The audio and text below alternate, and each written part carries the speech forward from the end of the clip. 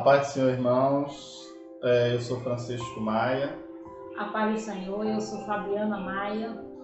Estamos aqui nessa noite para fazer um vídeo a respeito da Páscoa, né? Nós estaremos esclarecendo os pontos.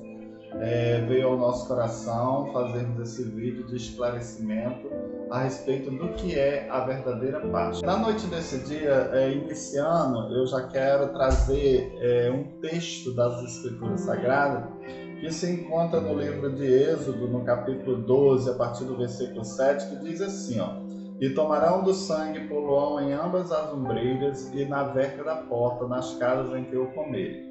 E naquela noite comerão a carne assada no fogo, com pães ázimos, com ervas amargosas a comerão. Não comereis dela nada cru, nem cozido em água, senão assado ao fogo, a cabeça com os pés e ela com a fressura. E nada dele deixareis até pela manhã, mas o que dele ficar até pela manhã queimareis no fogo. Assim, pois, o comereis, os vossos lombos cingidos, os vossos sapatos nos pés e o vosso cajado na mão, e o comereis apressadamente. Esta é a Páscoa do Senhor. A minha parte, no caso, nós estaremos dividindo esse estudo, no caso, bem rápido, mas um estudo bem esclarecedor a respeito da Páscoa no Novo Testamento e no Velho Testamento. Eu estarei falando a respeito da Páscoa no Antigo Testamento e a minha esposa, Fabiana Maia, estará falando da Páscoa no Novo Testamento. Ela agora vai estar lendo o texto que ela vai usar no Novo Testamento. Mateus capítulo 26, versículo 27 diz assim: E tomando o cálice, dando graça, deu-lhe dizendo: Bebei deles todo, porque nisto é o meu sangue, o sangue do Novo Testamento, que é derramado por muitos, para a remissão dos pecados. E digo-vos que desde agora não bebereis deste fruto da vide, até o dia em que beber de novo convosco no reino do Pai. Veja bem, isso é o que nós estaremos esclarecendo, né? Para que nós possamos entender, precisamos entrar primeiro na história, né? O que é a Páscoa? Por que surgiu a Páscoa? Qual a explicação de Páscoa? Nós sabemos que a história nos conta desde o princípio que Deus escolheu Abraão. Era um homem que vivia numa terra idólatra e Deus se revelou a ele.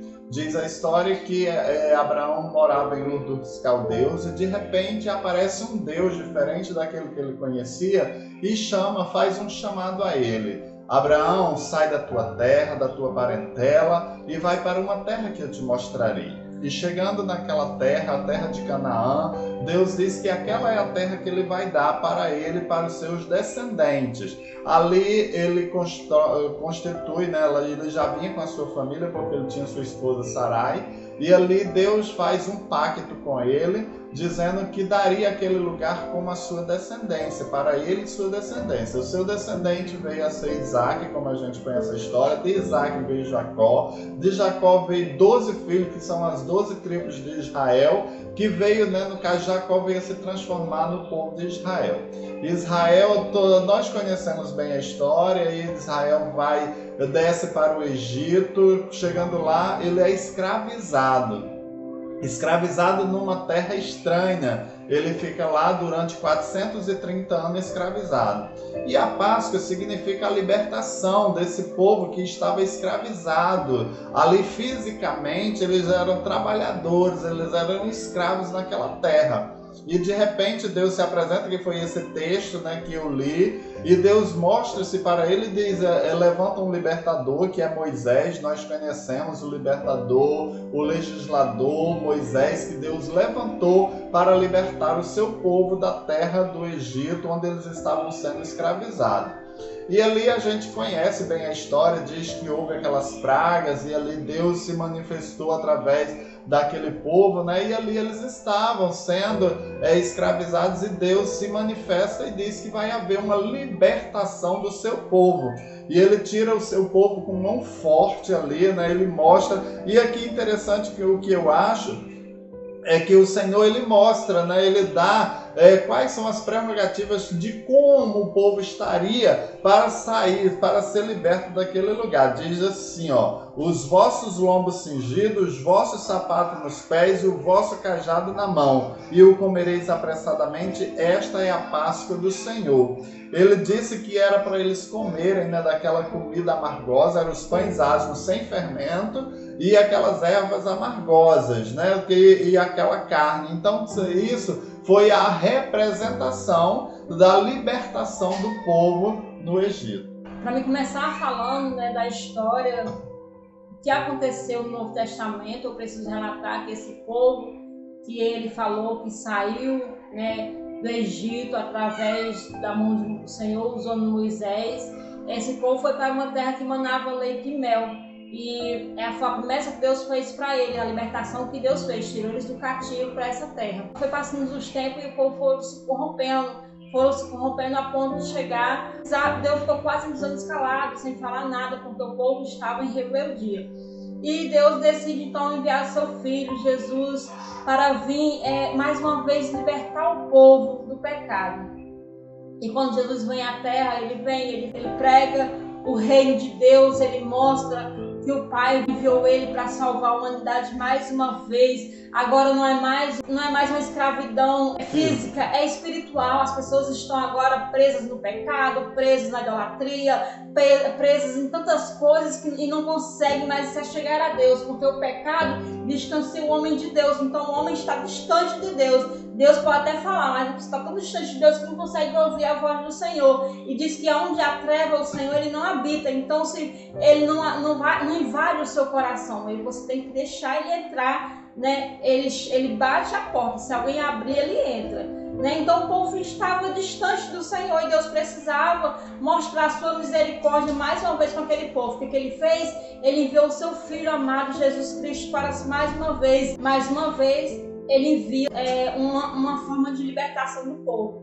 Como eu já falei, agora não é física, é espiritual. Então o que veio para libertar o povo também é espiritual. Ele não era uma pessoa natural igual eu e você. Ele se fez carne e habitou no meio de nós, mas ele veio de Deus e voltou para Deus, né? Então Jesus, quando ele veio, ele se fez expiação pelos nossos pecados. Ele foi lá, ele deu o seu sangue, derramou o seu sangue, como um cordeiro mudo levado ao matadouro. E ali ele deu a sua vida, para que todo aquele que nele crê não pereça, mas tivesse salvação. Era necessário crer, acreditar, confiar que Deus enviou o seu Filho Jesus para morrer na cruz do Calvário por nós. Hoje, a nossa simbologia, né, da Páscoa é a nossa Santa Ceia, que fazemos de mês a mês. A gente vai lá, a gente tem pão, tem vinho. Ali o pastor lê a palavra do Senhor, onde fala sobre.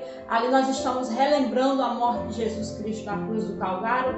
Ali nós estamos nos alegrando em gratidão a Ele, né? Estamos festejando, né, por Ele ter nos dado a bênção de se achegar a Ele novamente, porque, irmãos, não tinha condição na nossa natureza humana se achegar a Deus sem ter a intervenção do Espírito Santo, porque quando Jesus ele foi levado assunto aos céus, ele enviou o Espírito Santo para nos ajudar nas nossas fraquezas. Muitas vezes a gente não tem força para chegar a Deus como a gente precisa, então o Espírito Santo ele vem, intercede por nossos gemidos inexprimíveis e nos ajuda a se chegar a Deus. Então foi isso que Deus fez. A Páscoa para nós significa isso: a morte de Jesus Cristo na cruz do Calvário por mim, pela sua vida. Ele derramou o seu sangue, ele deu a sua carne pela sua salvação, pela nossa salvação. Essa é a verdadeira Páscoa, a morte de Jesus Cristo na cruz do Calvário. Fica com essa palavra, abra o seu coração, deixe o Espírito de Deus entrar na sua vida e deixe o Espírito trazer você desse cativo. Muitas vezes a gente, quando está distante de Deus, como o povo de Israel, às vezes até tem desejo de chegar a Deus, mas não tem força. Mas o Espírito Santo está batendo na porta do teu coração. Então abra ela e deixe ele entrar, e ele vai fazer morada. E você vai ser liberto dessa prisão espiritual. Você vai ser liberto desse cativeiro que você está vivendo, que parece que não tem solução, parece que é impossível adentrar a presença de Deus. Mas o Jesus, ele morreu pela sua causa. Ele já pagou a cena que era comprar a sua vida. E esse é o símbolo da nossa Páscoa. Agradeço a todos. Amém. Amém.